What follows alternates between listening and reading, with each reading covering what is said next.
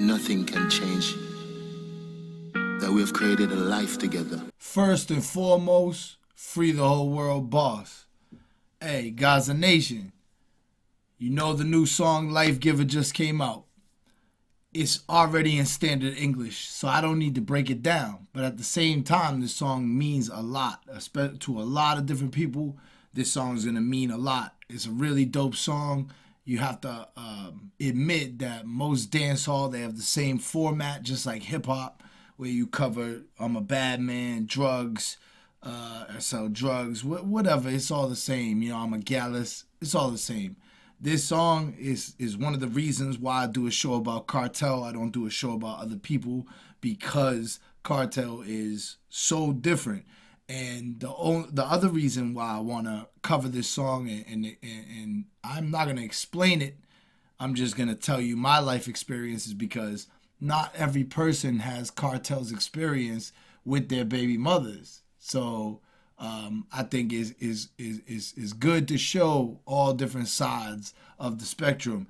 And that don't mean that, you know, if you have trouble with your baby mother, that don't mean that like you don't love her and respect her. It just means that sometimes things don't work out for people. So without further ado, teacher, please begin. That was almost Caspian. Remember when you told me you were pregnant?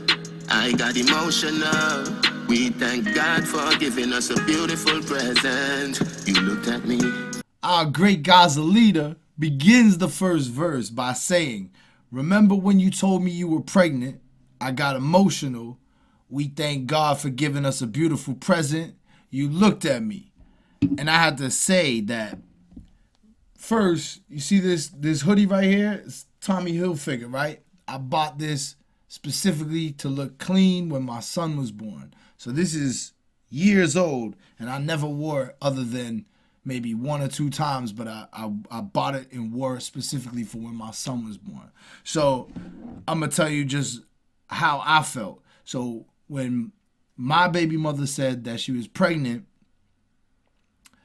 I've been lied to a bunch of times. Girls that wanted to keep me around, girls that wanted to not break off the relationship, girls that were crazy. They had told me that they were pregnant before by me, and it ended up being a lie that I found out a couple months later, a couple weeks later. So when my baby mother told me she was pregnant, I was like, I don't believe it.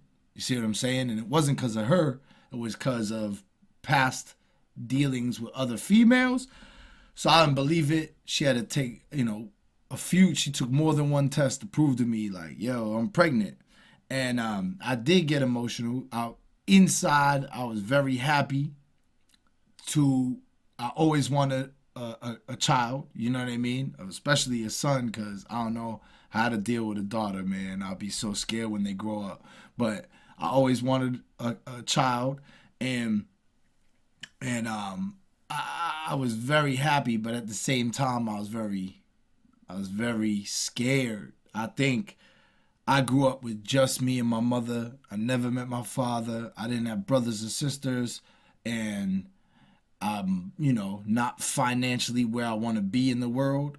So I was very, very scared about the life change that was coming.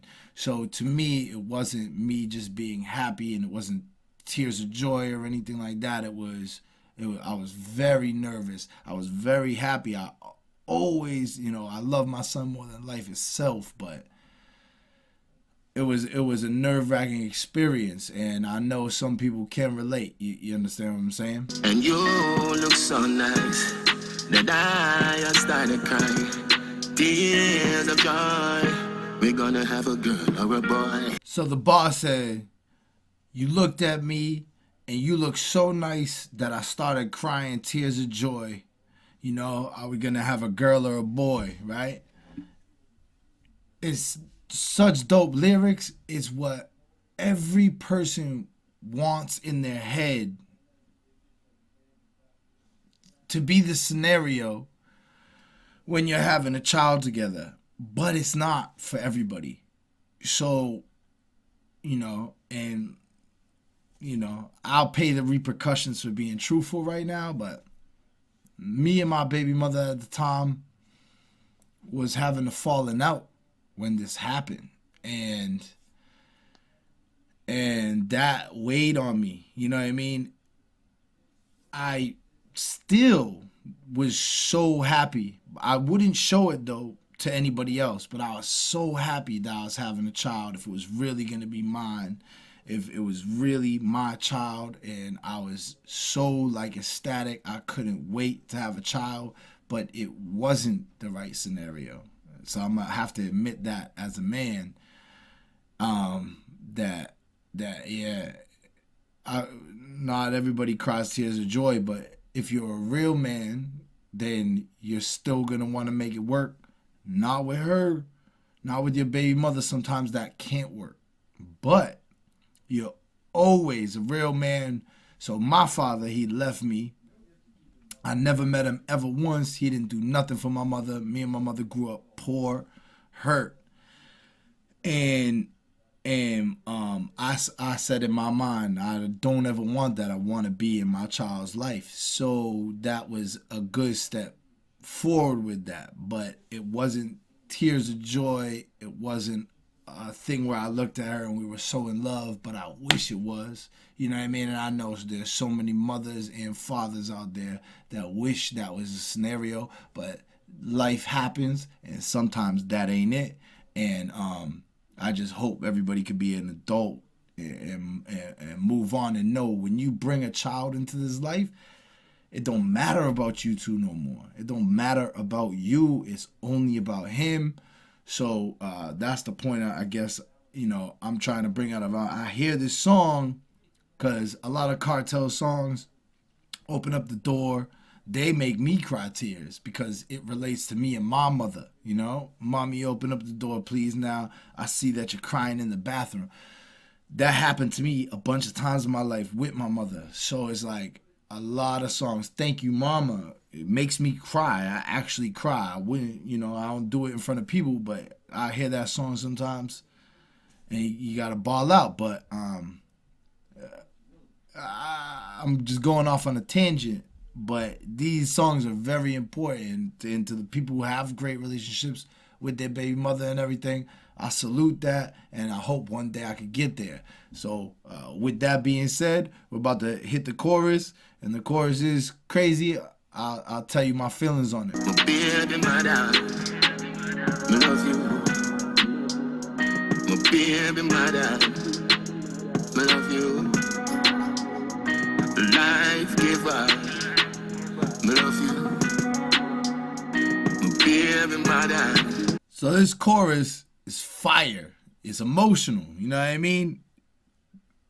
The world boss, he says, my baby mother, I love you. You're a life giver, which is very important because it's to me, it's one thing. I'm intellectual. I study a lot of things on earth. It's not just dance hall, Jamaican culture. I'm a knowledge seeker. You see what I'm saying? And the one thing that's puzzled my brain forever is how could a woman give birth to something that eventually grows bigger than them, that eventually grows taller, stronger?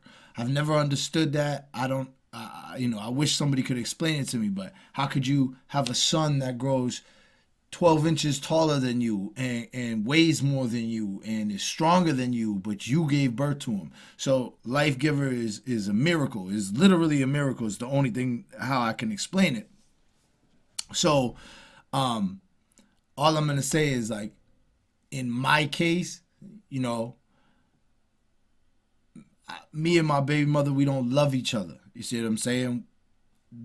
The love was lost. There's no love there. But I have love for her. I could say my baby mother treats me like shit. We have problems. You see what I'm saying? But she treats my son amazing. So I couldn't ask for more on that front. And that's me just being 100% real. You could have a baby mother that hates her son. You could have a baby mother that treats her son like shit. You could have a bad baby mother, and that that regards in that aspect. My baby mother loves my son to death. That's her world. So my son, I feel like he's protected with her, and she's gonna do the best by him. So I have love in that aspect of for her. That at least my baby mother is a great mother.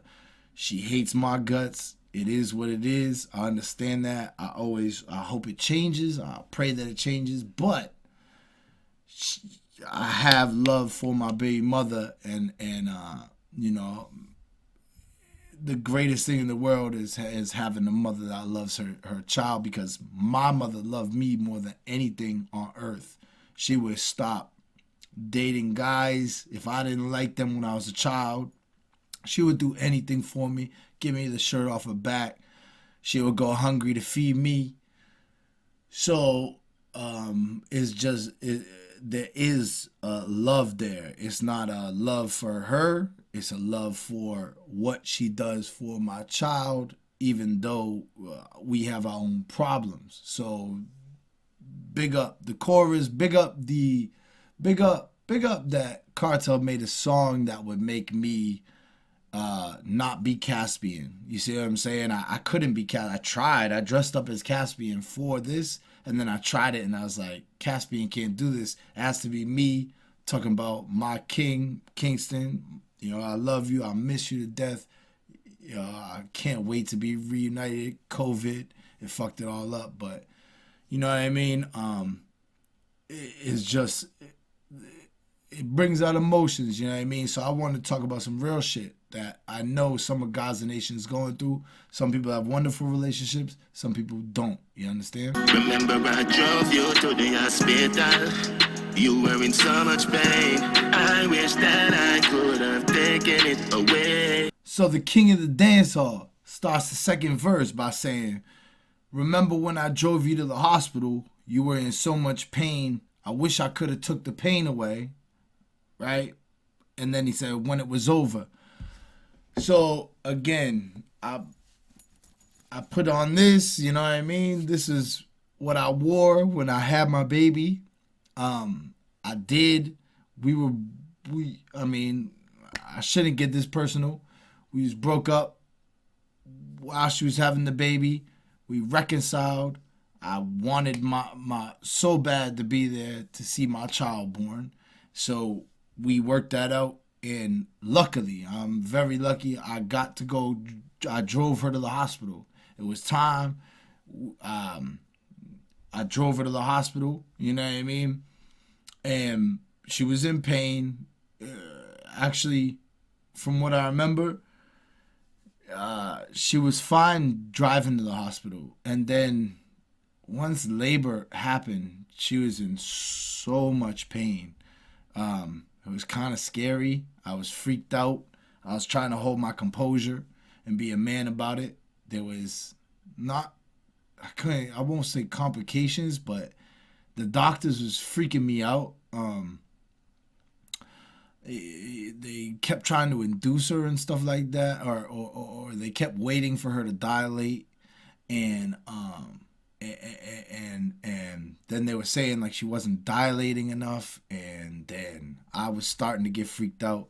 She was starting to get freaked out. I spent the whole time with her in the hospital. You know what I mean? And I smoked cigarettes. I'm a stupid person, but I didn't even smoke. I didn't even leave. I was just there. I was freaked out. I wanted my baby to be healthy. I wanted everything to be good, and it was freaky at first. I was very scared, and I wanted her pain to end. I wanted everything to go good. So I remember that part of it. You know, I wish I could take away her pain. I wish that it would just have been a simple birth. It ended up not being the worst birth in the world. You know what I mean? Like, it wasn't like super complicated, but there was, I guess, some complications at one point, and it was very scary. I know it must have been scary for her. It was very scary because it was very scary for me, and I can't ever imagine what a woman's going through, so it had to be 10 times for her. So I mean, again, I want to big up all the mothers in the world, because I'll never know what you go through on that aspect of it, but you gotta know that, like, the fathers that is there, like, we become empaths. Like, even though, like an empath, like, even though I couldn't feel what was going on, I felt it. Like, I felt like the same. It's half of me too. You see what I'm saying? So it was a crazy experience. She was in labor for a long time, and it was rough, right? And then they finally made the decision to induce birth. I don't know if that's the right word, but like kind of force the birth, or whatever. Have a C-section, force the birth or whatever.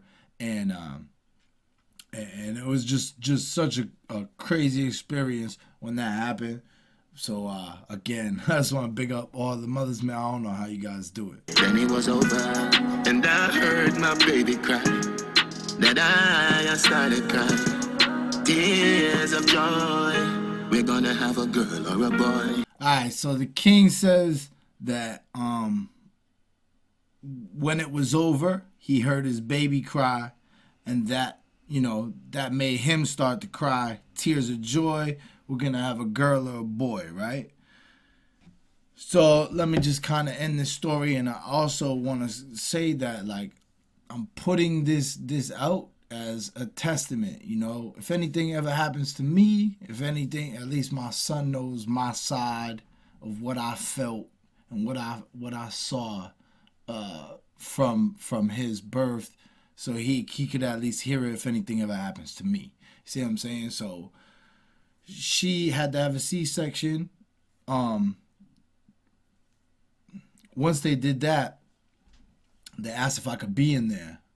Of course, I mean, they asked if I wanted to be in there. Of course I want to be in there. They had the curtain up.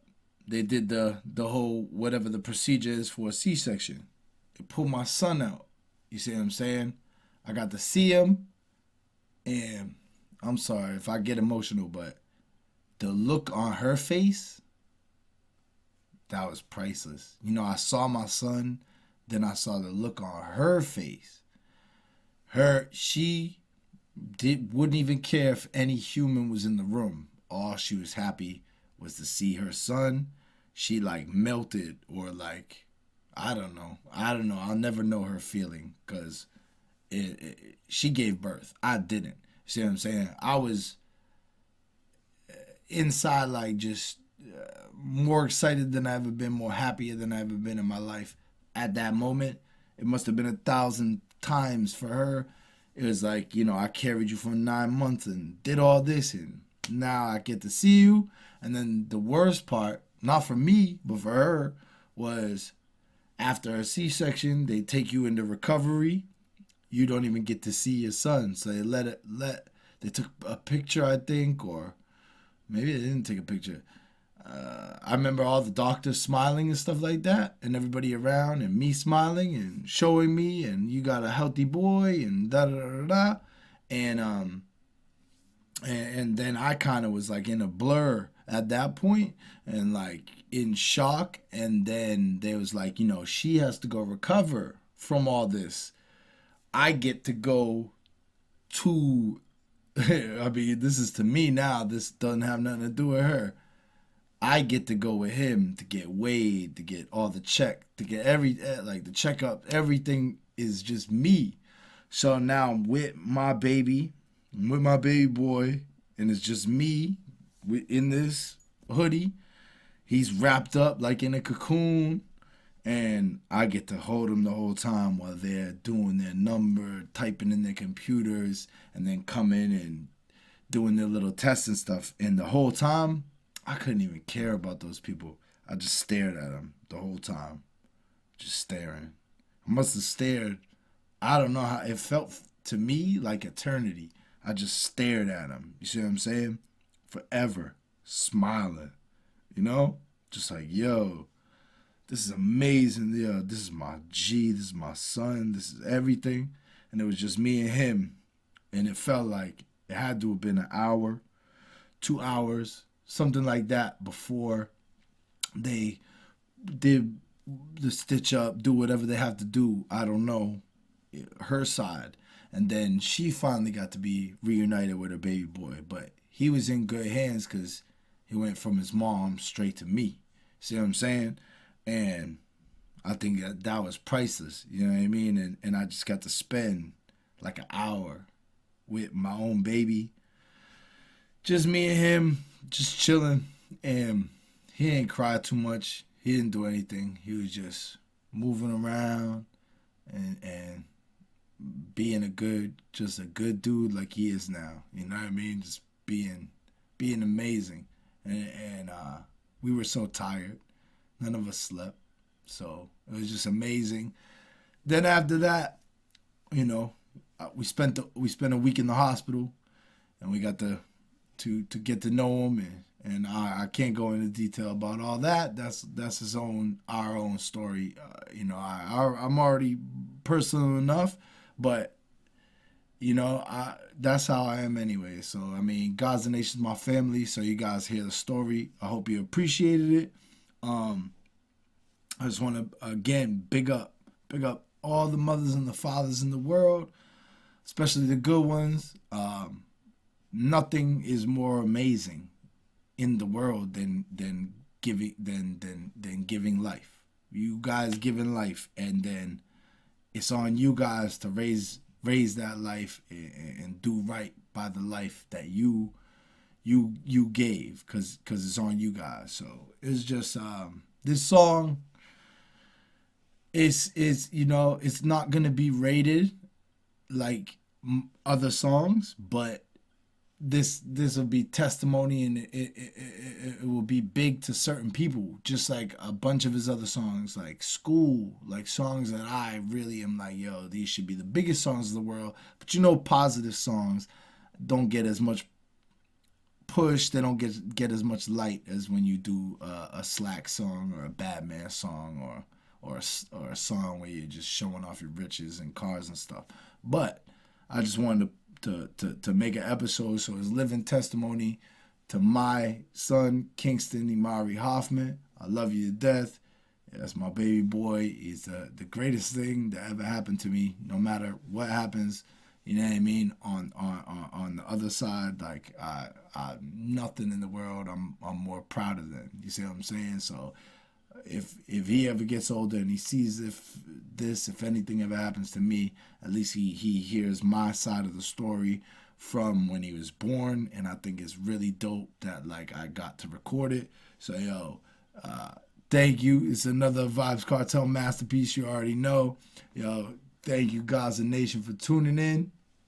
I know this one was a long one, and I know I wasn't Caspian, but make sure to like, comment, share, subscribe. Let's keep the channel growing.